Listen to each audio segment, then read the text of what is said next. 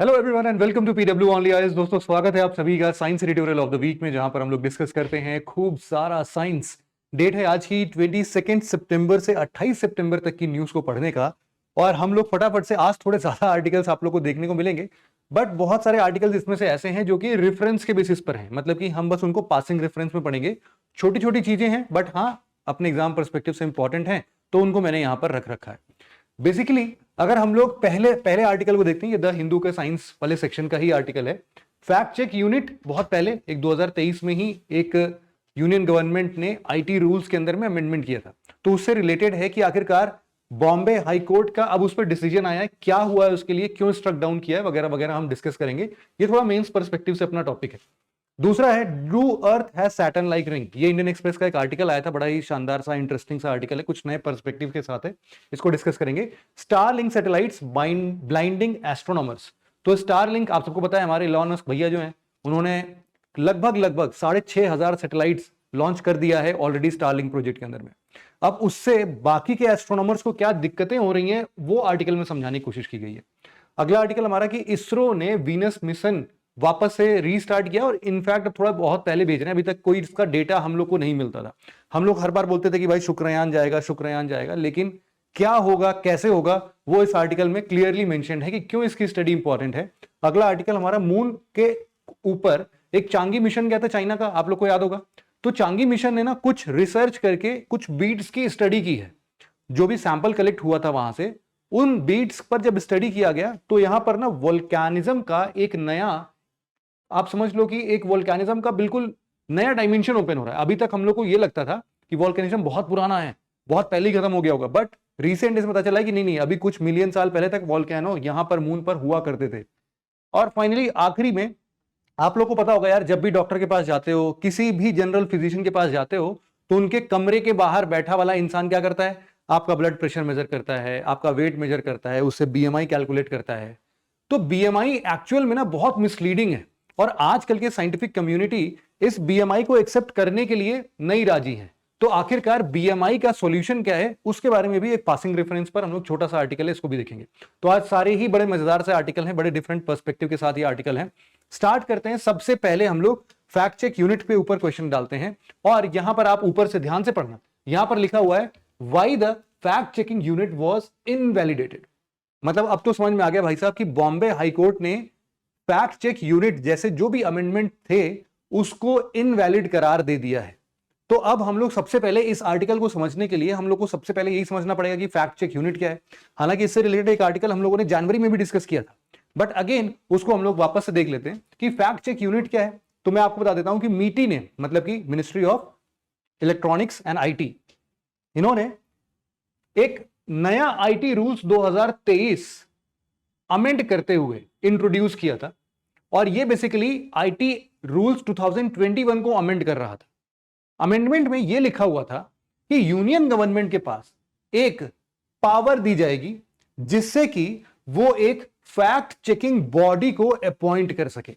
ध्यान से सुनना कि यूनियन गवर्नमेंट को, इस पूरे रूल का नाम क्या था, ये बड़ा सा नाम लिखा हुआ है यार, information technology intermediary guidelines and digital media ethics code amendment rule 2023। याद रखना है इसको? नहीं, बिल्कुल भी नहीं, पासिंग रेफरेंस है, हमेशा बस ऐसे समझ लो कि आईटी रूल कुछ था, है ना।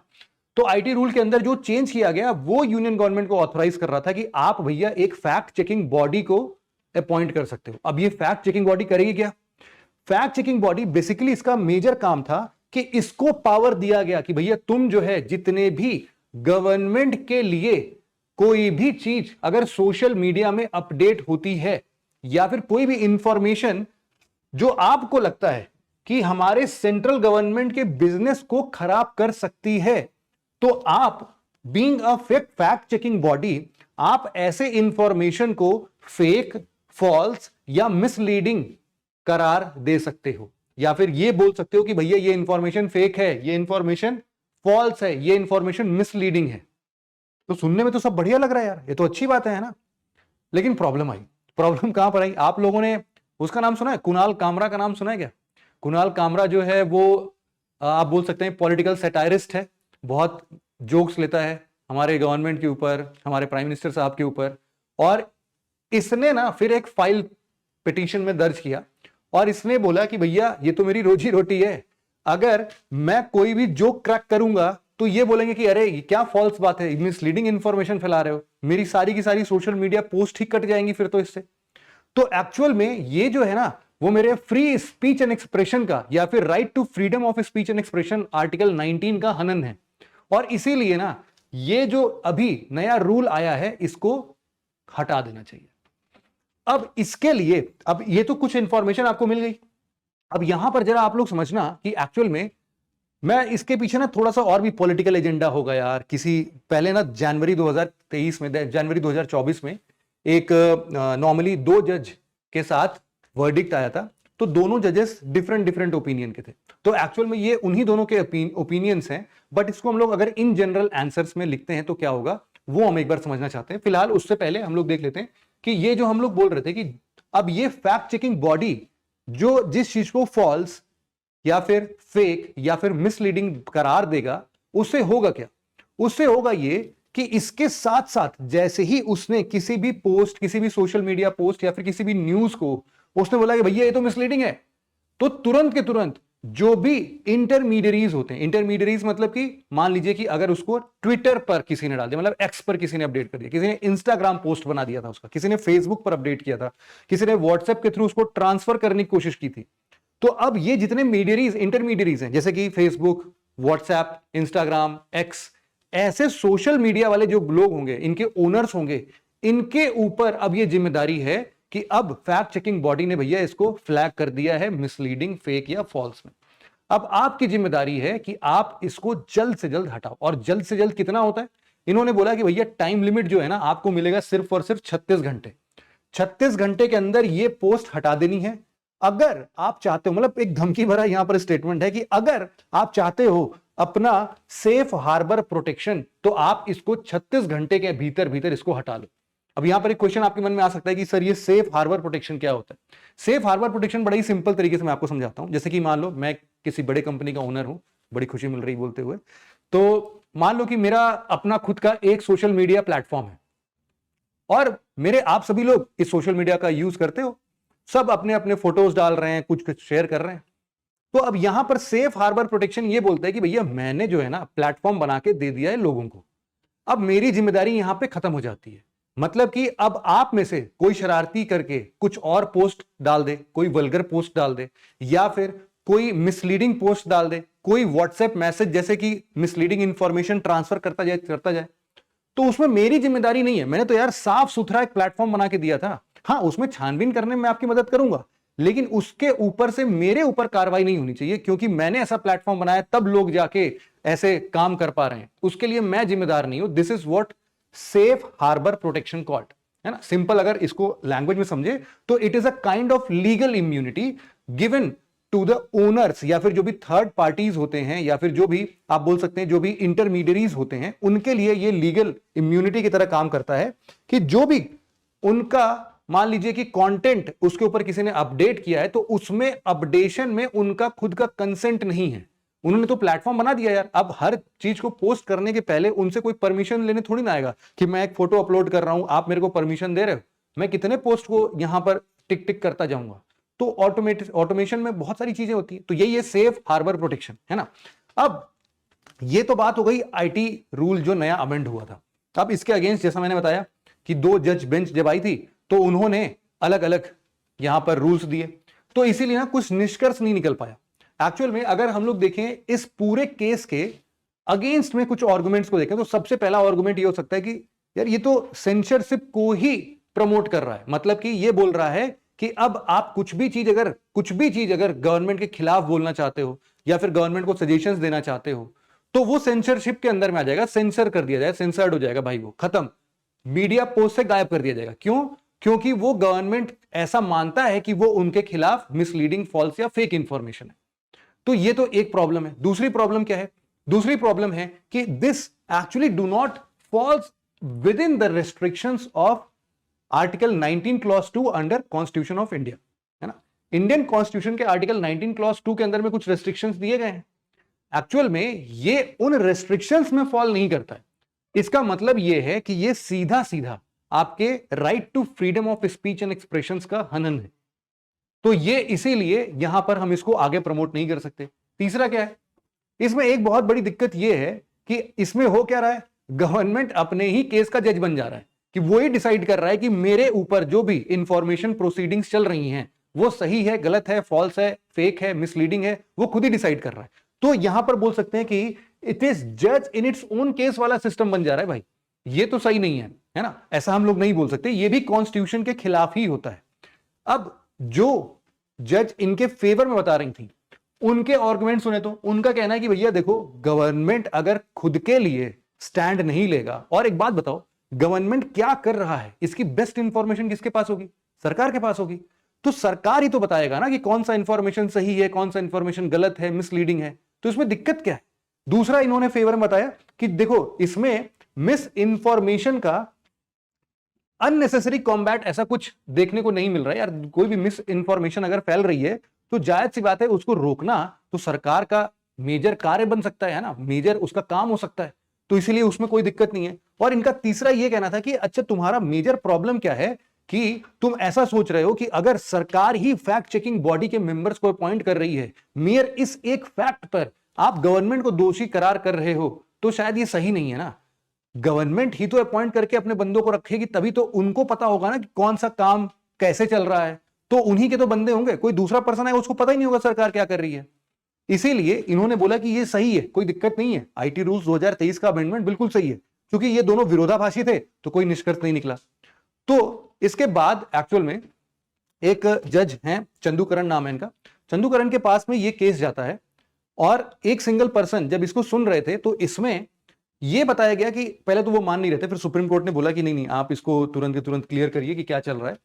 तो एक्चुअल में जो रिजल्ट दिया गया बॉम्बे हाईकोर्ट के द्वारा, जिसमें कि इसको इनवैलिड करार दिया गया है, उनके कुछ हम लोग प्रोविजंस देखते हैं किस बेसिस पर उन्होंने ऐसा बोला है। पहला, उन्होंने बोला है, जैसा कि हम लोग बोल भी रहे थे, कि this is a clear cut misuse of right to freedom of speech and expression. तो इसीलिए ये बहुत बड़ा क्वेश्चन लगाता है, इस पर हम नहीं करने देंगे इसको। पहली चीज कि ये कॉन्स्टिट्यूशन के खिलाफ है। दूसरा क्या है कि जो तुम लोग ये फेक, फॉल्स, मिसलीडिंग जैसे ये जो वर्ड्स का इस्तेमाल कर रहे हो ना, बहुत ही वेग है और बहुत ही वाइड टर्म है। तुम किसी भी चीज को इस एम्बिट में लेके आ सकते हो। तो इसीलिए इसका कोई ना क्लियर डेफिनेशन नहीं है कि तुम्हारे लिए क्या फेक होगा, तुम्हारे लिए क्या फॉल्स होगा, क्या मिसलीडिंग होगा। तुम कुछ भी चीज को फेक, फॉल्स, मिसलीडिंग करार देके उसको बंद करवा दोगे। तो इसीलिए इस एक्सप्रेशन के तहत यह पावर किसी भी फैक्ट चेकिंग बॉडी या एफसीयू फैक्ट चेकिंग यूनिट को नहीं दी जा सकती है। तीसरा है कि यह ना एक चिलिंग इफेक्ट क्रिएट करेगा। किसके लिए? वही उन इंटरमीडियरीज के लिए जो कि अपना सेफ हार्बर प्रोटेक्शन अभी तक बढ़िया से मजे से एम्पावर्ड थे वो, लेकिन अब क्या होगा, उनको ये चिलिंग इफेक्ट मिलेगा। चिलिंग इफेक्ट का मतलब क्या है? देखो, चिलिंग इफेक्ट एक ऐसा इफेक्ट है जिसमें हम लोग किसी भी पर्सन को लीगली बाउंड कर देते हैं कि भाई साहब, इस जगह पर इस कानून के अंदर में रह के ही तुम्हें काम करना है। इसके खिलाफ कुछ भी अगर बोलते हो तो तुम्हारे खिलाफ कार्रवाई की जा सकती है। तो हमेशा वो डरा सहमा सा रहेगा, और इसी चीज को हम लोग क्या बोलते हैं? चिलिंग इफेक्ट बोलते हैं। तो बेसिकली इन जज का फाइनली ये भी कहना था कि this is causing a chilling effect. इसकी वजह से क्या होगा, हमारा जो भी सोशल मीडिया का पूरा कल्चर है वो भी बैन होगा, कम होगा, लोग अपने आप को फ्रीली एक्सप्रेस नहीं कर पाएंगे। तो इसीलिए ये 2-3 रीजन उन्होंने दिए। ठीक है, तो आई होप कि पूरा केस आपको समझ में आ गया ना कि एक्चुअल में फैक्ट चेकिंग यूनिट क्या है। अगर उनके प्रोज एंड कॉन्स में आपको लिखना रहेगा तो भी आप लिखोगे। वे फॉरवर्ड के तौर पर इनका एक आप डायलॉग इस्तेमाल कर सकते हो। और अब जो केस है, अब क्या होगा केस, यार देखो, अभी ये बॉम्बे हाईकोर्ट के ऊपर है ना। ऐसा ही सिमिलर केस मद्रास हाईकोर्ट में भी चल रहा है, ऐसा ही सिमिलर केस कहीं और भी चल रहा है। तो इन सब का एक बार रिजल्ट आ जाए, फिर ये बात हो रही है कि इसको फिर ये लोग सुप्रीम कोर्ट तक लेके जाएंगे और सुप्रीम कोर्ट फिर डिसाइड करेगा क्या होता है क्या नहीं होता है। बट स्टिल अभी तक का यही सार रहा है। तो आपको कभी भी एग्जाम्पल में कोट करना हो या फिर ऐसे किसी भी मुद्दे पर अपनी ओपिनियन को रखना हो तो आप इस बेसिस पर रख सकते हो। अगला आर्टिकल जो है हमारा वो है earth may once have had a ring comprising asteroid debris. ये एक नई स्टडी आई है एक्चुअल में, जिसमें कि ऐसा बोला जा रहा है कि यार शायद नहीं, काफी हद तक ये लोग तो कंफर्म है कि अर्थ के पास भी एक सैटर्न जैसा रिंग हुआ करता था पहले के जमाने में, और अब कहां है? अब गायब हो गया। तो उसके पीछे उन्होंने रीजंस वगैरह बताए कि क्यों गायब हो गया। यहां पर सबसे पहले तो मैं आपको ये बताता हूं कि ये जो रिंग है, ऐसा बोला जा रहा था, देखो सबको पता होता है कि यार अर्थ का फॉर्मेशन अप्रोक्सीमेटली आज से 4.54 बिलियन ईयर्स पहले हुआ था, है ना। 4.54 बिलियन ईयर्स पहले हम लोगों ने पहले आर्टिकल्स में भी डिस्कस किया था कि मून का फॉर्मेशन कैसे हुआ था, वो बिल्कुल मैग्मा स्टेट में था, भिड़ उड़ के गया था, है ना, वो आप लोगों ने देखा होगा शायद। तो एग्जैक्टली जब हम लोग बोलते हैं कि जब अर्थ का फॉर्मेशन हुआ तो इसके भी इर्द गिर्द ऐसे बहुत सारे छोटे छोटे छोटे छोटे एस्टेरॉइड्स आ गए। अब एक बात का ध्यान देना, जैसे कि आज के डेट में हम मान लो कोई भी एक प्यारा सुंदर सा एक अर्थ ले लेते हैं यार, है ना, मान लो कि ये अर्थ है हमारे लिए। अब इस अर्थ पर अगर हम लोग यूं बोलते हैं कि यार यहां पर ना एक सैटेलाइट लगा हुआ है, सैटेलाइट कोई भी सैटेलाइट है ना, कोई भी सैटेलाइट मान लो, तो ये टिका कैसे है? इसके लिए दो फोर्सेस यहां पर एक्ट करते हैं। सबसे पहला फोर्स जो है वो तो यार ग्रेविटी लगी रहे, जो सबको पता है, ग्रेविटेशनल फोर्स। और दूसरा जो फोर्स इसको टिका के चलता है वो होता है इसका सेंट्रीफ्यूगल फोर्स, सेंट्रीफ्यूगल फोर्स। और ये सेंट्रीफ्यूगल फोर्स प्रोवाइड कौन करता है यार? ये प्रोवाइड करता है जितने स्पीड से ये बॉडी आगे रिवॉल्व कर रही होगी, मतलब कि जितनी तेज सर्कुलर वेलोसिटी होगी उसका सेंट्रीफ्यूगल फोर्स उतना ही होगा। अरे इसको तो आम बोलचाल की भाषा में आप ऐसे समझ सकते हो ना, जब आप रोड पर कहीं टर्न आता है और आप स्पीड में बाइक होते हो तो अपनी बाइक को ज्यादा झुकाना पड़ता है in order to balance the centrifugal force. आपको ज्यादा अंदर की तरफ झुकना पड़ता है, क्यों? नहीं तो आप बाहर फेंक जाओगे, सेंट्रीफ्यूगल फोर्स ज्यादा हो जाएगा। जितनी ज्यादा वेलोसिटी उतना ज्यादा सेंट्रीफ्यूगल फोर्स। तो एक तो ऐसा पॉइंट आएगा ना कि इसकी वेलोसिटी हम इतनी मेंटेन कर दें कि वो ग्रेविटी और सेंट्रीफ्यूगल फोर्स को बैलेंस कर दे।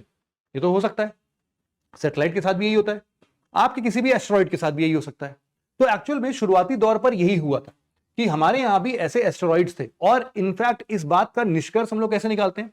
जब हम लोग अपने अर्थ पर क्रेटर इंपैक्ट्स को देखते हैं। क्रेटर इंपैक्ट क्या है? वही एस्टेरॉइड जब हमारे अर्थ पर गिरने लगे शुरुआती दौर पर, तो हम उनका मेजरमेंट करते हैं, है ना, मेजरमेंट करते हैं कि भाई कहां कहां पर ये सारी चीजें मिल रही हैं। उसके बेसिस पर भी ये निष्कर्ष निकलता है कि नहीं, पहले यार एक रिंग होगी, क्योंकि एक फिक्स्ड पैटर्न पर ही सारे के सारे क्रेटर्स क्यों दिख रहे हैं हमें, ऊपर नीचे दाएं बाएं हर जगह दिखने चाहिए थे। वो पर्टिकुलर रिंग होगी ना, वो रिंग के वजह से ही वहां वहां पर वो गिरे। अब यहां पर ना मैं आपको एक इमेज बताता हूं, ये देखो, जो आज के डेट में मेजर क्रेटर इंपैक्ट है ना, वो कुछ इस प्रकार से दिखता है। यहां पर देखो, आप देखोगे दो चीजें आपको बहुत साफ तरीके से इस पर दिख सकती हैं, जो कि आपके मन में क्वेश्चन आएगा, और इसको थोड़ा सा ज्योग्राफी से कनेक्ट करके देखोगे तो और अच्छे समझ में आएगा। हम यूं बोल सकते हैं ना कि सबसे बड़ा जो क्रेटर वगैरह आपको दिख रहा है वो ज्यादातर करके 30 से 60 डिग्री नॉर्थ या फिर 30 से 60 डिग्री साउथ में दिख रहा होगा। मतलब कि हम यूं बोलेंगे 30 से 60 डिग्री लैटिट्यूड पर ये ज्यादा दिख रहा है हमें। पहला तो आपका ये ऑब्जर्वेशन होगा। दूसरा ऑब्जर्वेशन ये होगा कि सर ये सारा लैंड पे क्यों दिख रहा है, ये पानी वानी में क्यों नहीं गिरता था? क्या यहां पर कोई चुंबक लगा जो एस्टेरॉइड को चिपका लेता था अपने साथ? ये दो रीजंस आपको भी समझ में आ रहे होंगे ना कि ये एक्चुअल में ऐसा क्यों दिख रहा है। इन्हीं रीजंस को हम फाइंड करते हैं। वैसे तो देखो, ये इन सब के बारे में आर्टिकल में डिस्कस नहीं किया गया है, बट थोड़े से रिसर्च के बाद मेरे को काफी सारी चीजें इस पे पता चली। तो इसमें सबसे पहले हम लोग फाइंड आउट करते हैं कि लैंड पर क्यों। देखो, लैंड पर क्यों, इसके लिए ज्योग्राफी बहुत अच्छा आंसर देता है। आप सभी लोगों ने प्लेट टेक्टोनिक्स थ्योरी पढ़ी है। प्लेट टेक्टोनिक्स थ्योरी में हम लोगों ने बहुत साफ तरीके से देखा है कि जब भी एक कॉन्टिनेंटल क्रस्ट और ओशनिक क्रस्ट जब भी कोलाइड होते हैं तो हमेशा ओशनिक क्रस्ट ही सबडक्ट होती है। ये तो देखा ही आप लोगों ने, पढ़ा भी होगा। क्यों? क्योंकि ओशनिक क्रस्ट जो होती है वो बसाल्टिक नेचर की होती है, हैवी होती है। तो जो भी क्रस्ट हैवी होती है वो सबडक्ट हो जाती है, ये हम लोग को पता है। दूसरा, मिड ओशनिक रिज जैसे अगर कॉन्सेप्ट को हम लोग देखते हैं, MOR जिसको हम लोग बोलते हैं, वहां पर हम लोग को पता चलता है कि यार ये ओशनिक रिलीफ के अंदर ही नए सर्फेसेस को बनाते जा रहा है। तो मिलियंस ऑफ ईयर्स के बाद हम लोग देख सकते हैं कि ये काफी हद तक सरफेस मेंटेन्ड है ना, नया सरफेस आ गया। तो इनफैक्ट कभी अगर समुद्र के अंदर कभी ऐसा क्रेटर इंपैक्ट हुआ भी होगा तो भी हम लोग को उसका साक्ष्य नहीं मिलेगा। क्यों? क्योंकि यार वो जमीन तो कहीं इधर उधर चला गया होगा। दूसरा और भी रीजन है यार कि जब भी लैंड पर इंपैक्ट पड़ेगा तो पहला इंपैक्ट लैंड पर होगा और वही दिखेगा। लेकिन अगर ओशन के ऊपर पहला इंपैक्ट होगा तो पहला इंपैक्ट पानी के ऊपर होगा, और पानी के ऊपर, पानी चूंकि लिक्विड है, फ्लूइड है, तो वो काफी क्रेटर्स को अपने आप में रोक देगा, एक इंपैक्ट टाइम बढ़ा देगा, है ना। जब आप वो देखते हो ना न्यूटन का सेकंड लॉ ऑफ मोशन, तो वो इंपैक्ट की बात करता है कि फोर्स में जितना ज्यादा इंपैक्ट का टाइम होगा, जैसे हम लोग बॉल कैच करते हैं तो एक तो ऐसे लोग कैच करते हैं ना, तो उनको बहुत चोट लगती है यहां पर, क्योंकि यहां पर बॉल सीधे आके लड़ जाती है। लेकिन जो एक्चुअल में क्रिकेटर्स होते हैं वो कैच को इंपैक्ट के साथ में कैच करते हैं ना, कि वो इंपैक्ट टाइम बढ़ा देते हैं। तो ऐसा ही समझ लो, उससे क्या होता है, हाथ में फिर चोट नहीं लगता है। तो सेम टू सेम यहां पर भी आप समझ सकते हो कि जितने दूर पर ओशन सरफेस होगा उसका मतलब क्या है कि यहां पर इंपैक्ट टाइम बढ़ गया होगा, इसीलिए यहां पर आपको क्या नहीं मिल रहा है, ज्यादा क्रेटर नहीं मिल रहा है। दूसरा, ओशनिक क्रस्ट हमेशा सबडक्ट हो जाती है या फिर नया फॉर्म हो जाता है। तो ओशनिक क्रस्ट पिछले मिलियंस ऑफ सालों में क्या हुआ होगा, कई बार रिवाइव हो गया होगा as compare to continental surfaces. ये भी बात क्लियर है आप लोग को। अब दूसरा रीजन हम लोग ये समझते हैं कि यार ये 30 to 60 डिग्री पर ही क्यों, है ना, ये भी तो एक रीजन हो सकता है कि 30 से 60 डिग्री पर ही क्यों बन रहा है। यहां पर आप देख सकते हो, पहला रीजन है अर्थ का रोटेशन इफेक्ट। रोटेशन इफेक्ट का मतलब ये है कि आप सबको पता है कि अर्थ हमारा जो है वो जियोइड शेप का है ना, और जियोइड शेप में जब भी आप लोग एटमॉस्फेयर की स्टडी करते हो तो आप लोग को पता चलता है कि हमारा एटमॉस्फेयर इक्वेटर्स पर ज्यादा हाइट का है और पोलर रीजन पर थोड़ा कम हाइट का है, ये तो हमें पता है ना। तो इसके हिसाब से अगर हम लोग इस इंपैक्ट को समझने की कोशिश करें तो कई बार ऐसा होगा कि जब कोई भी छोटा मोटा एस्टेरॉइड जब बड़े एटमॉस्फेरिक जोन से गुजरेगा तो उसके जल के भस्म हो जाने की कंडीशन ज्यादा मिलेंगे। बिल्कुल सही बात है ना। दूसरा रीजन क्या मिल सकता है, जियोलॉजिकल एंड एनवायरमेंटल इरोजन। क्यों बोल रहा हूं मैं ऐसा, क्योंकि देखो इक्वेटर पर हम सब लोगों ने ज्योग्राफी वाली क्लास में भी इसको डिस्कस किया था, है ना, कि ज्योग्राफी के अंदर इक्वेटर पर डेली शाम को 4 बजे रेनफॉल होती है, इसको हम लोग 4 PM रेन बोलते हैं। तो वहां पर हर दिन क्लाउड बनता है, हर दिन बारिश होती है, इक्वेटोरियल रेन फॉरेस्ट जैसा क्लाइमेटिक कंडीशन वहां पर देखने को मिलता है। तो इसका मतलब क्या है कि वहां पर इरोजनल फीचर्स ज्यादा हो सकते हैं। तो अगर कभी गलती से वहां पर इंपैक्ट गया भी होगा तो इतना बारिश होता है, इतना इवोपोरेशन होता है कि उसमें वो धुल धुला के बराबर हो गया होगा। ये हो सकता है, बहुत सारे पॉसिबिलिटीज हैं। इसीलिए आपको इक्वेटर के अराउंड तो ये चीजें नहीं दिख रही हैं, इक्वेटर के अराउंड तो ये चीजें नहीं दिख रही हैं, ज्यादातर करके कहां दिख रही हैं आपको 30 to 60 डिग्री नॉर्थ और साउथ लैटिट्यूड्स पे दिख रही है। आई होप आपको ये वाला आर्टिकल ज्योग्राफी और साइंस दोनों के पर्सपेक्टिव से बहुत अच्छे से समझ में आया होगा। तो यही सारी इसमें बहुत सारी चीजें इतनी अच्छे से एक्सप्लेन नहीं की गई है ना, बस इसमें फैक्ट बताया गया है कि हाँ इतने मिलियन साल पहले ऐसा था वैसा था, ये हम लोग के पढ़ने की चीज नहीं है ना। तो इसमें ऐसा बोला गया है कि अराउंड 460 से 465 मिलियन ईयर्स एगो यहां पर ना एक कूलिंग इफेक्ट आया होगा। हाँ, ये एक चीज और समझ सकते हैं कि एस्टेरॉइड का ये जो हमारा एस्टेरॉइड बेल्ट जो बन रहा है, सैटर्न जैसा जो रिंग बन रहा है, इसका इफेक्ट क्या रहा होगा, ऐसा साइंटिस्ट अभी भी रिसर्च कर रहे हैं। उनका मानना ऐसा है कि जो आज से 460 से 465 मिलियन सालों पहले एक जबरदस्त आइस कंडीशन बनती थी। ये जो जबरदस्त आइस कंडीशन थी जहां पर टेम्परेचर ड्रास्टिकली फॉल हुआ था, और बोला जाता है कि अर्थ के पूरे आज तक के एज में ये सबसे कोल्डेस्ट पीरियड हुआ करता था। इसके पीछे उन्होंने रीजन क्या बताया, हो सकता है कि इसके पीछे का रीजन जो है वो भी ये एस्टेरॉइडल बेल्ट ही हो। ये बोल रहे हैं कि देखो एस्टेरॉइड बेल्ट के होने से क्या हो रहा था कि एक तरीके से समझ लो एक लेयर बन जा रही थी जिससे कि सनरेज इंसुलेशन वगैरह काफी कम हो गए थे। इसके चलते क्या हो रहा था कि वहां का टेम्परेचर, अर्थ का टेम्परेचर बहुत ज्यादा ठंडा होने लगा, ठंडा होने लगा, ठंडा होने लगा। बट धीरे धीरे क्या हुआ कि ये जब चक्कर लगा रहे थे तो जो भी सिचुएशन होता, कोई एक सरफेस हीट हो जाता, कोई दूसरा सरफेस ठंडा रह जाता, इसके वजह से ये अपने पाथ से डेविएट होते गए। जैसे ही पाथ से डेविएट हो तो कभी भी इनका ग्रेविटी जो है वो सेंट्रीफ्यूगल फोर्स से ज्यादा हो जाता था, और जैसे ही ग्रेविटी ज्यादा होता ये धड़ाम से आके हमारे अर्थ पर गिरते थे। तो इसीलिए हम लोग को इतने सारे क्रेटर्स दिखते हैं, और ये धीरे धीरे करके ये सारे के सारे 10 मिलियन सालों तक ऐसा बोला जा रहा है कि हमारे एक सैटर्न रिंग के आसपास के रीजन्स में बने थे, उसके बाद सब खत्म हो गए। तो ये पूरा आर्टिकल था। अगला आर्टिकल जो है हमारा वो है how Starlink satellites are blinding astronomers. यहां पर ना एक्चुअल में ब्लाइंड करने का मतलब क्या है वो मैं आपको समझाता हूं। अगर नॉर्मली आप लोग जब भी कार ड्राइव करते हो या बाइक ड्राइव करते हो, आप लोग या सड़क पर नॉर्मली चलते रहते हो, और अगर सामने से किसी ने अपने कार का बड़ा सा हेडलाइट आपके मुंह पे चमका दिया तो क्या होता है, आंखों के सामने अंधेरा या फिर बहुत ज्यादा उजाला छा जाता है, जिसके तहत हम लोग को सामने क्या है वो कुछ भी नहीं दिखता है। ऐसा होता है ना, this is called blinding effect. Blinding effect का मतलब क्या है कि अगर मैं आपको विजिबल रेंज में व्हाइट लाइट आपके आंखों पर बम्बार्ड कर दूं तो आपकी आंखें एक प्रकार से अंधी हो जाएंगी, क्योंकि आपको दिखेगा ही नहीं कुछ क्या हो रहा है वहां पर। सेम टू सेम वैसा ही हो रहा है जब हमारे इलॉन मस्क भैया ने अभी स्टारलिंक प्रोजेक्ट स्टार्ट किया। स्टारलिंक प्रोजेक्ट जिसको नहीं पता है मैं बता देता हूं। नॉर्मली आपके घर में वाईफाई कैसे आता है, या तो आप अपने मोबाइल में आप अपना कोई डेटा पैक रिचार्ज करते होगे, या तो आपके घर में वाईफाई लगा होगा। वाईफाई के सिग्नल्स जो हैं आज के टाइम पर तो यार देखो कई सारी जगहों पर नॉर्मली ऑप्टिकल फाइबर बेस्ड हो चुके हैं। तो ऑप्टिकल फाइबर के थ्रू आपके घर में कनेक्शन आता है, और जो वाईफाई का रूटर होता है वो आपके सारे डिवाइसेस को कनेक्ट कर देता है। बट उस जगह का क्या जो बहुत रिमोटेस्ट पार्ट है, कश्मीर के वादियों में या फिर नॉर्थ ईस्ट के डिफिकल्ट टेरेन में, वहां पर अगर वाईफाई पहुंचाना है तो क्या हो। नॉट जस्ट इंडिया, अगर हम लोग इस पूरे वर्ल्ड सिचुएशन को देखें तो ऐसे बहुत सारे रिमोटेस्ट प्लेस हैं जहां पर टावर का माउंट करना या फिर वहां पर ऑप्टिकल फाइबर केबल को पहुंचाना अपने आप में बहुत ज्यादा कॉस्टली है और बहुत डिफिकल्ट है। और हम लोग इनफैक्ट इन्वायरमेंट से भी छेड़छाड़ कर रहे होंगे अगर हम लोग इतने कंस्ट्रक्शन को वहां पर करेंगे तो। इन सबको देखते हुए इलॉन मस्क भैया के दिमाग में जलती है एक बत्ती, और इस बत्ती में एक आइडिया आता है कि हम क्यों ना सैटेलाइट के थ्रू सबको वाईफाई प्रोवाइड करना स्टार्ट कर दें। तो उन्होंने बोला कि भाई मैं एक कॉन्स्टिलेशन बनाना चाहता हूं सैटेलाइट्स का, सबको लोअर ऑर्बिट में डालेंगे। और लोअर ऑर्बिट का चूंकि आप जानते हो कि जो रेंज होता है वो बहुत ही छोटा सा होता है ना। ये मान लो अर्थ है, जितना इसके पास होगा उतना, जैसे मान लो यहां से टॉर्च जलाओगे तो थोड़ी दूर उजाला होगा, थोड़े दूर से टॉर्च जलाओगे तो ज्यादा दूर उजाला होगा, थोड़ा और दूर से टॉर्च जलाओगे तो और ज्यादा उजाला होगा यहां पर, है ना। सन तो भाई आधा से ज्यादा अर्थ को उजाला कर देता है, तो सेम टू सेम वैसा ही सिचुएशन है। तो लोअर ऑर्बिट में ना छोटा सा एक एरिया इल्यूमिनेट होगा या फिर उतना ही नेटवर्क कवरेज आएगा। तो उन्होंने ना कॉन्स्टिलेशन ऑफ सैटेलाइट बनाया, और अभी फिलहाल आज के डेट में हम ये बहुत अच्छे तरीके से बात कर सकते हैं कि more than 6300 satellites had already been launched by the Starlink project. Already हो चुका है, अभी आगे को है ना और भी लॉन्च होने की बात हो रही है कि अभी भी पूरा अर्थ कवरेज नहीं आया है। ये 6300 तो अभी मतलब चलो चली गई है, दैट इज ओके, बट अभी और सैटेलाइट्स को हम भेजेंगे जिससे कि हम पूरा अर्थ को कवर कर सके, और ऐसे जितने भी रिमोटेस्ट पार्ट हैं उन सभी जगहों पर हम लोग वाईफाई जैसी सर्विसेज को या हाई स्पीड इंटरनेट को पहुंचा सके। तो ये स्टारलिंक प्रोजेक्ट आपको समझ में आ गया।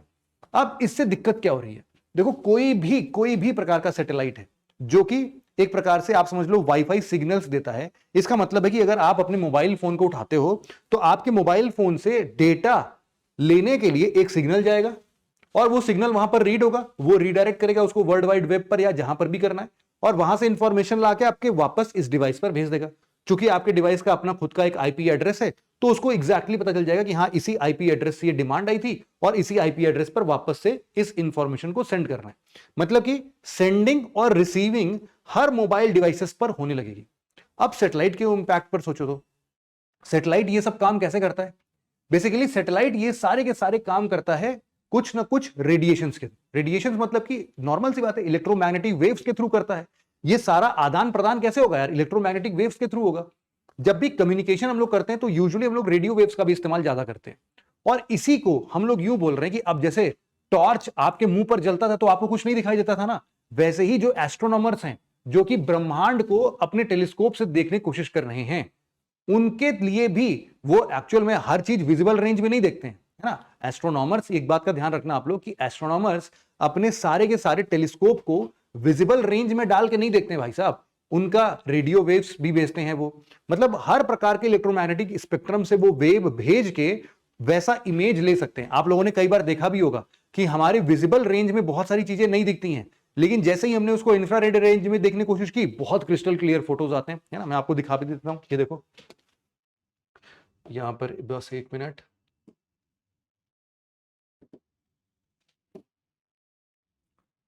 IR versus visible range picture of universe, देखने क्या आता है।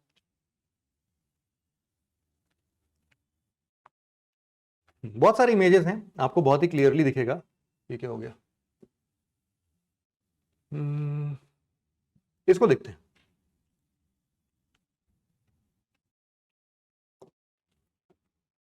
इस इमेज को जरा ध्यान से देखना है, इमेज ही नहीं है क्या, ध्यान से क्या देखें। खुल रहा है भाई, खुल रहा है, डोंट वरी। क्या नहीं खुलेगा, ये सब नहीं चाहिए मुझे, ये इमेज चाहिए भाई बस। Open image in new tab. हाँ, एक देखो ये ना आपका अप्रोक्सीमेटली विजिबल रेंज की फोटो है, बड़े सुंदर लग रहा है, लेकिन कई सारी चीजें हैं जो कि इसमें दिख ही नहीं रही हैं। बादल जैसा दिख रहा है, क्लाउड जैसा दिख रहा है, लेकिन वही चीज अगर हम लोगों ने इंफ्रारेड से देखा तो कितने सारे नए ऑब्जेक्ट कैप्चर होते हुए दिखाई दे रहे हैं। क्यों दिख रहे हैं, क्योंकि ये विजिबल रेंज के बियॉन्ड कोई भी चीज हम देख रहे हैं तो हमें ऐसी बहुत सारी चीजें क्रिस्टल क्लियर फॉर्म में दिखती है। तो बहुत बार एस्ट्रोनॉमर्स क्या करते हैं ना, ये विजिबल रेंज में नहीं देखने की कोशिश करते, वो ऐसे ही रेडियो वेव्स भेज दिया, इंफ्रारेड वेव्स भेज दिया, और इसके तहत इमेजनरी या इमेजरी चीजों को, एस्ट्रोनॉमिकल यूनिट्स को या फिर एस्ट्रोनॉमिकल ऑब्जेक्ट्स को वो लोग देखने की कोशिश करते हैं। तो अब एक्चुअल में यही हो रहा है, इस आर्टिकल में यही लिखा हुआ है कि अब ये क्योंकि 6300 सैटेलाइट्स लग चुके हैं, ये सब रेडियो सिग्नल्स भेज रहे हैं, तो हम लोग को ना एक्चुअल में जो इमेज दिखनी चाहिए वहां पर बहुत ज्यादा नॉइस मिल रहा है। नॉइस का मतलब ये है जैसे आपके मुंह पर कोई टॉर्च जला दे, वैसे ही लग रहा है कि उनके टेलीस्कोप के सिरे पर किसी ने रेडियो वेव्स का टॉर्च जला दिया। है ना। इसको हम लोग बोलते हैं क्या, UEMR, अनइंटेंडेड इलेक्ट्रोमैग्नेटिक रेडिएशन। इसकी वजह से एक्चुअल में ये हो रहा है कि अब बहुत क्लियर इमेजेस नहीं दिख रही हैं, और ये जो डेटा है ना, ये डेटा धीरे धीरे बढ़ने के कगार पर है। और ऐसा कौन बोल रहा है, ये बोल रहा है यूनुसा। यूनुसा जो है वो यूएन का एक ऑर्गेनाइजेशन है, ये है United nation office for outer space affairs. इनका सिंपल सा मानना है कि भविष्य में चूंकि हम लोग सैटेलाइट लॉन्च को बहुत सस्ता करते जा रहे हैं। अब आपको पता है कि इसरो ने भी रीयूजेबल लॉन्च व्हीकल की बात की है। इलॉन मस्क के पास ऑलरेडी रीयूजेबल फैल्कन 9 की बात हो रही है, तो रीयूजेबल लॉन्च व्हीकल है। तो धीरे धीरे जो है सैटेलाइट लॉन्च करने की कॉस्ट बहुत कम होती जा रही है। अब सैटेलाइट लॉन्च करने की कॉस्ट जब बहुत कम होगी तो ज्यादा लोग भेजेंगे, जब ज्यादा लोग भेजेंगे तो ज्यादा रेडिएशंस आएंगी, ज्यादा रेडिएशंस आएंगी तो ज्यादा आपको ये UEMR दिखेगा। तो प्रॉब्लम ही प्रॉब्लम दिखेगी उन लोगों के लिए जो कि अर्थ पर रह के एस्ट्रोनॉमिकल इमेजेस को सर्च कर रहे होते हैं, या फिर एस्ट्रोनॉमिकल साइंटिस्ट के लिए बहुत बड़ा दिक्कत होगा। इनका तो ये भी मानना है यूनुसा का कि 2030 तक आते आते more than 1 lakh satellites already हम लोग अपने ऑर्बिट में देख रहे होंगे। तो ये पूरा आर्टिकल था कि कैसे स्टारलिंक के सैटेलाइट्स जो हैं वो हमारे एस्ट्रोनॉमर्स को ब्लाइंड करते जा रहे हैं। फिर इसके बाद अगला आर्टिकल जो है एक बड़ा ही शानदार सा आर्टिकल है कि इसरो जो है वो शुक्रयान मिशन को जो भेजना चाहता है वो अब जो है ये बात पता चल गई कि 2028 में भेज रहे हैं, मार्च के महीने में कहीं भी जाने वाला है। एग्जैक्ट डेट तो नहीं पता चली है। ऐसा क्यों है मार्च 2028 में, क्यों? क्योंकि एक्चुअल में क्या होता है कि हर 19 महीने के बाद हमारा जो अर्थ और वीनस है ना, इनके बीच का डिस्टेंस सबसे मिनिमम होता है। हर 19 महीने बाद ऐसा होता है। तो वो एक सूटेबल टाइम मिल रहा है कि जब वीनस सबसे पास होगा हमारे अर्थ के, उस टाइम पर भेज देते हैं। This is one thing. अब दूसरा ये है कि आखिरकार वीनस क्यों वीनस की स्टडी करना चाहते हैं। आपको एक बात का पहले से भी अंदाजा होगा कि अगर हम लोग नॉर्मली एक ऐसे सोलर सिस्टम को ड्रॉ करते हैं, ये हमारा मान लो सन है, और उसके आगे ये मान लो हमारा छोटकू सा वीनस है, इसके बाद मरकरी है, इसके बाद हम लोग बनाते हैं थोड़ा सा वीनस, और इसके बाद हम लोग अपना सुंदर प्यारा अर्थ बना देते हैं। तो ये वीनस और अर्थ जो है ना, ये एक्चुअल में हम लोग इसको क्या बोलते हैं, इसको हम लोग बोलते हैं ट्विन प्लैनेट्स। क्या बोलते हैं? ट्विन प्लैनेट्स, जुड़वा है। जुड़वा क्यों बोलते हैं हम इसको? क्योंकि इनका शेप, साइज, बहुत सारी चीजें, इनका मास अप्रोक्सीमेटली सिमिलर है, और इसके वजह पे हम लोग बोले वीनस या फिर बोले अर्थ, दोनों सिमिलर दिखते हैं। दूसरा और भी चीज है, जैसे वीनस की अगर आप बात करो ना, तो एक मिस्ट्री छिपी हुई है। हम लोग यूं तो बोलते हैं कि यार अर्थ के सबसे पास प्लैनेट कौन सा है, मरकरी है, लेकिन hottest planet in solar system हम लोग बोलते हैं वीनस है। क्यों वीनस है यार? क्योंकि वीनस के पास एक ऐसा एटमॉस्फेयर है, वीनस के पास एक ऐसा खतरनाक सा एटमॉस्फेयर है जहां पर ग्रीन हाउस गैसेस भाई साहब भरे पड़े हैं, और यहां पर जो एटमॉस्फेयर है ना, वो अर्थ की तुलना में 93 टाइम्स ज्यादा है। आप समझ रहे हो कि मतलब अगर हम यहां पर अर्थ पर खड़े हैं तो हमें एटमॉस्फेरिक प्रेशर जो भी लगता है, हमारा बॉडी तो ऑलरेडी उसके अगेंस्ट में प्रेशर लगाता है, ब्लड प्रेशर जिसको हम लोग बोलते हैं, तो हमें प्रेशर फील नहीं होता है। पानी के अंदर जब जाते हैं तो प्रेशर फील होता है ना, कि यार पानी का भार पूरा हमारे शरीर पर पड़ते जा रहा है, तो आप बहुत डेप्थ में जाके कभी भी कोई काम नहीं कर सकते हो, आपकी नसें वैसे श्रिंक हो जाएंगी या फिर फट जाएंगी। तो सिमिलर यहां पर भी ऐसा ही होगा कि आप जब यहां वीनस पर जाओगे ना, तो वीनस पर पहले तो आप जाओगे नहीं, बहुत ही डेडली इन्वायरमेंट है यहाँ का। यहाँ पर नॉर्मली रोबोट्स नहीं टिक पाते हैं, कुछ घंटों के बाद तो इंसान तो क्या ही टिकेंगे। तो यहाँ पर एक्चुअल में होता क्या है कि बहुत ही जहरीला इन्वायरमेंट है यहाँ पर। It is full of 95% approximation में अगर बात करें तो यहाँ पर CO2 मिलता है, 95% कार्बन डाइऑक्साइड। और हम लोग को पता है कि ये जो कार्बन डाइऑक्साइड है ना, ये तो ग्रीन हाउस है, ग्रीन हाउस गैस है। ग्रीन हाउस गैस के होने का मतलब ये है, ऐसा बोला जाता है कि शुरुआती दौर पर ना वीनस पर भी पानी था, लेकिन ये सारा का सारा सूरज के पास होने से क्या हुआ, वाटर वेपर में कन्वर्ट हुआ। Water vapour in itself is a green house gas, और कार्बन डाइऑक्साइड की मात्रा बहुत ज्यादा थी। तो इसकी वजह से हुआ क्या कि यहां का मेजॉरिटी ऑफ द एटमॉस्फेयर जो है वो काफी हद तक CO2 से भर गया, और वाटर वेपर सारे उड़ गए। इतने डेंस इन्वायरमेंट में यहां पर एक और सबसे खतरनाक बात क्या है, यहां पर मिलता है आपको सल्फ्यूरिक एसिड के क्लाउड्स। सल्फ्यूरिक एसिड के जो क्लाउड्स है ना, ये और भी जानलेवा है। यहां पर आपको नॉर्मल हमारे जैसे पानी के बादल होते हैं ना, यहां पर सल्फ्यूरिक एसिड गिरता है फिर उससे, और सल्फ्यूरिक एसिड गिर रहा है तो आप समझ रहे हो क्या ही रोबोट, क्या ही टिकने वाला है, सब गल जाएंगे। और इतनी ज्यादा हीट हो चुकी है, इसके कारण इतना ज्यादा हीट यहां पर ट्रैप हो चुका है, ग्रीन हाउस इफेक्ट इतना ज्यादा देखने को मिलता है कि यहां का टेम्परेचर पता है कितना हो जाता है। ये टेम्परेचर हो जाता है 462 डिग्री सेल्सियस। और आप बोल रहे हो कि चलो ठीक है सर, रात का बताओ कितना होता है। अरे दिन और रात यहां पर बहुत टाइम बाद होता है। अर्थ का जो रोटेशन पीरियड है वो अर्थ के 24 आवर्स के बराबर है ना। नॉर्मली अगर हम लोग वीनस को देखें तो वीनस का जो एक रोटेशन का पीरियड है वो अर्थ के अप्रोक्सीमेटली 243 अर्थ डेज के बराबर है। घंटे नहीं भाई, 243 दिन की बात हो रही है। 243 दिन में तो अर्थ 243 बार घूम जाएगा, ये वीनस एक ही बार घूमेगा। अब सोचो कि सन से एक ही प्लेस पर कितने दिन तक लगातार धूप आता रहेगा आता रहेगा आता रहेगा, और इसके वजह से यहां पर कितना ज्यादा टेम्परेचर बढ़ता जाएगा। तो इसीलिए बहुत ही टॉक्सिक प्लैनेट है। अब यहां पर यह सब समझ में आता है कि सर ये बताओ, ये जब इतना ही जहरीला है, जब इतना ही दिक्कत है, तो इसको पढ़ क्यों रहे हैं? क्या जरूरत है हमारे वीनस पर ऐसे मिशन को भेजने का? तो जैसे हम लोग बोलते हैं कि देखो ये सारे एडवर्सिटीज तो यहां पर हैं, दिस इज अंडरस्टूड, कोई बात नहीं है। ये सारे एडवर्सिटीज के साथ साथ यहां पर जो सबसे अच्छी बात यह है कि यहां पर ना जो अर्थ के हिसाब से शेप, साइज, मास और जो उसके प्लेसमेंट है वो कहीं ना कहीं अर्थ के फ्यूचर को दिखाता है कि अर्थ पर भी धीरे धीरे ग्रीन हाउस गैसेस बढ़ रहे हैं।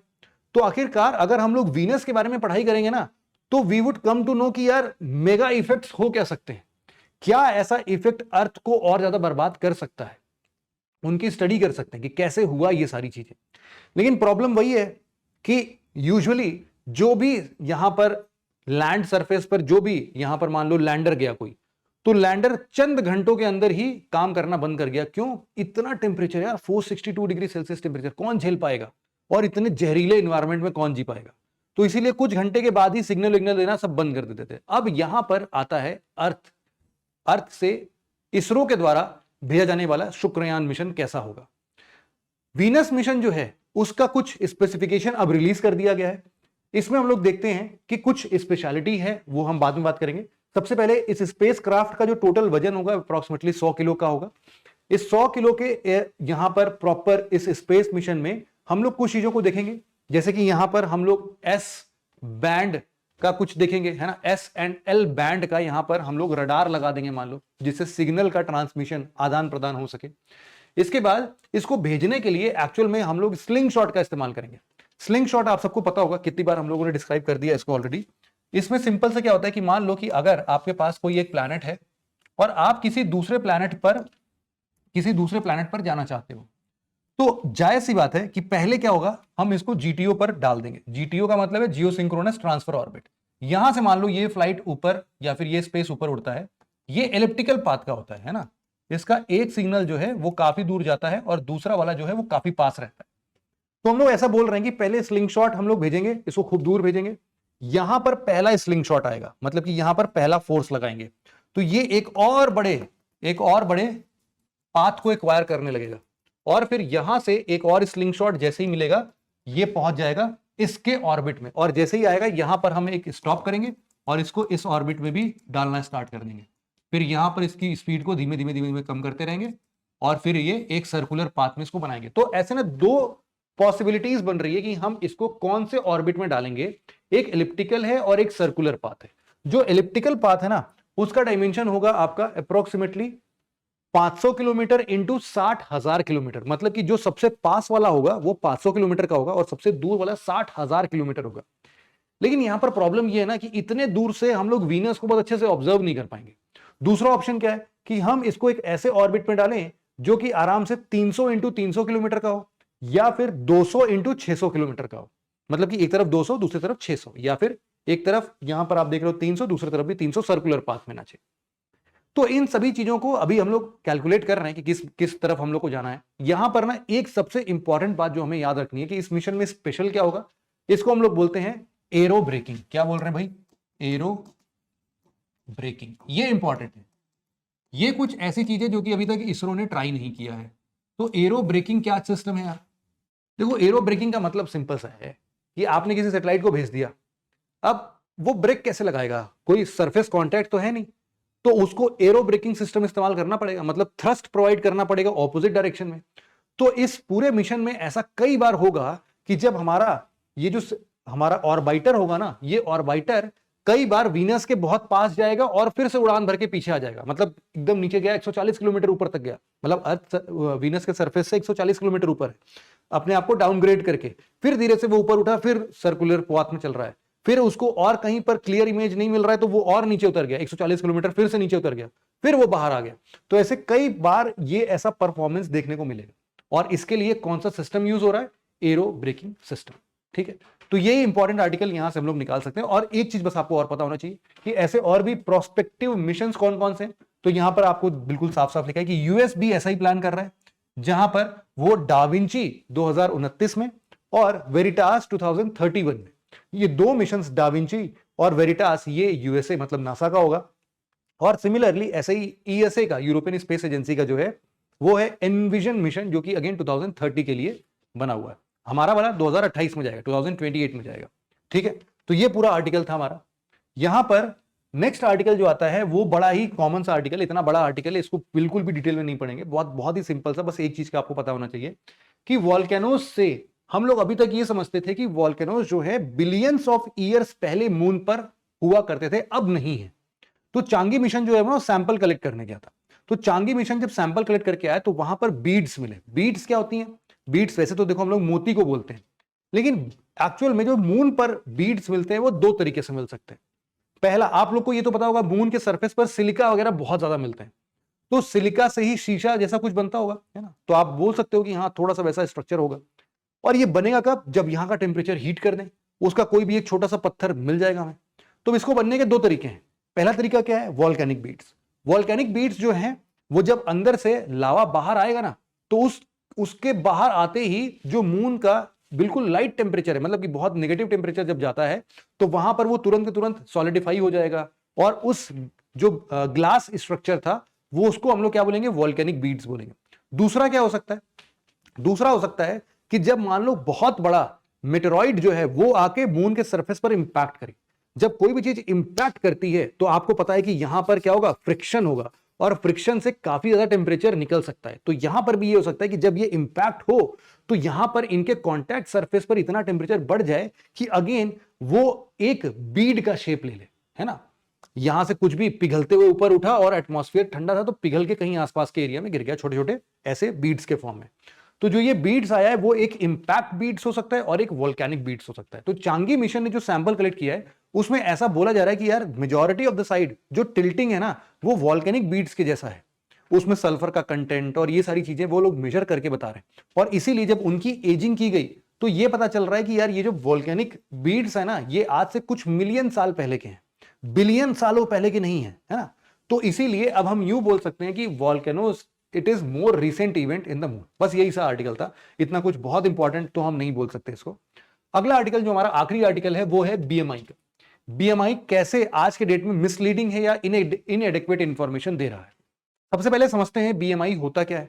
बॉडी मास इंडेक्स, सिंपल सा मतलब है बॉडी मास इंडेक्स, मतलब कि आपके शरीर का वेट कितना है और हाइट कितना है आपका, उसके हिसाब से एक ये नंबर प्रेडिक्ट करता है, और उस नंबर के अलग अलग रेंज डिसाइड किए गए हैं।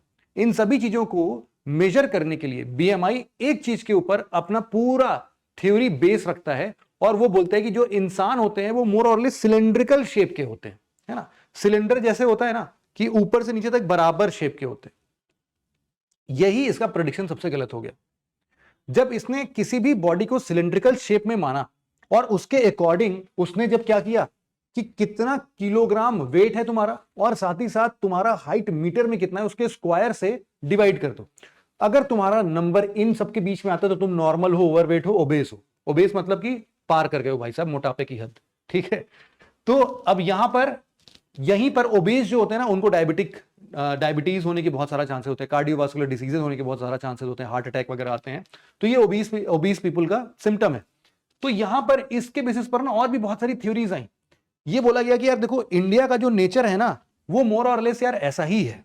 यहां पर एक्चुअल में मेजर प्रॉब्लम क्या थी बीएमआई के साथ में कि वो आपके बॉडी को ना सिलेंड्रिकल शेप में मेजर करने की कोशिश कर रहा था। मतलब कि उसका ये एजम्पशन ही सबसे ज्यादा रॉन्ग हो जाता है जब बीएमआई को हम लोग सिलेंड्रिकल शेप में देखते हैं। क्योंकि आप देखो ना, बहुत सारे रिसर्च आए, जैसे कि इंडियन रिसर्च में आप देखोगे कि इंडिया के जितने भी लोग हैं उनका शेप नॉर्मली बाय डिफॉल्ट जो है ना वो सिलिंड्रिकल शेप का नहीं होता है, वो एब्डोमेन पर थोड़े चौड़े होते ही हैं, मतलब वो उनका बाय डिफॉल्ट ऐसा उनका बॉडी शेप है ही। मतलब कि जहां से हम अपनी ओरिजिन ट्रेस करते हैं, इंडियंस जहां से अपनी ओरिजिन ट्रेस करते हैं, वो बहुत लीन बॉडी में नहीं आते। इनफैक्ट आप जापानीज को देखोगे या फिर किसी दूसरे कंट्रीज के लोगों को देखोगे, वो ज्यादा लीन होते हैं, बशर्ते वो हमसे ज्यादा खाते क्यों ना हो, है ना। लेकिन एक्चुअल में उनका बॉडी शेप वैसा होता है, तो इसीलिए बीएमआई जो है वो एग्जैक्टली अगर हम लोग बात करें तो सिलिंड्रिकल शेप में कंसीडर नहीं कर सकते, और इसीलिए ये काफी मिसलीडिंग है। और दूसरी चीज, सबसे इंपॉर्टेंट बात मैं बताता हूं, ये कैलकुलेट कर रहा है कि आपका बॉडी का वेट कितना है। जो भी लोग जिम वगैरह बहुत ज्यादा करते हैं, उनका एक्चुअल में ना मसल वेट बहुत ज्यादा बढ़ जाता है। हमें एक्चुअल में जब आप जिम कभी करते होगे, आप लोग को पता होगा, आपका जो जिम ट्रेनर होता है वो हमेशा बोलता है कि भाई अपने बॉडी का फैट कम करो और मसल मास इंक्रीज करो।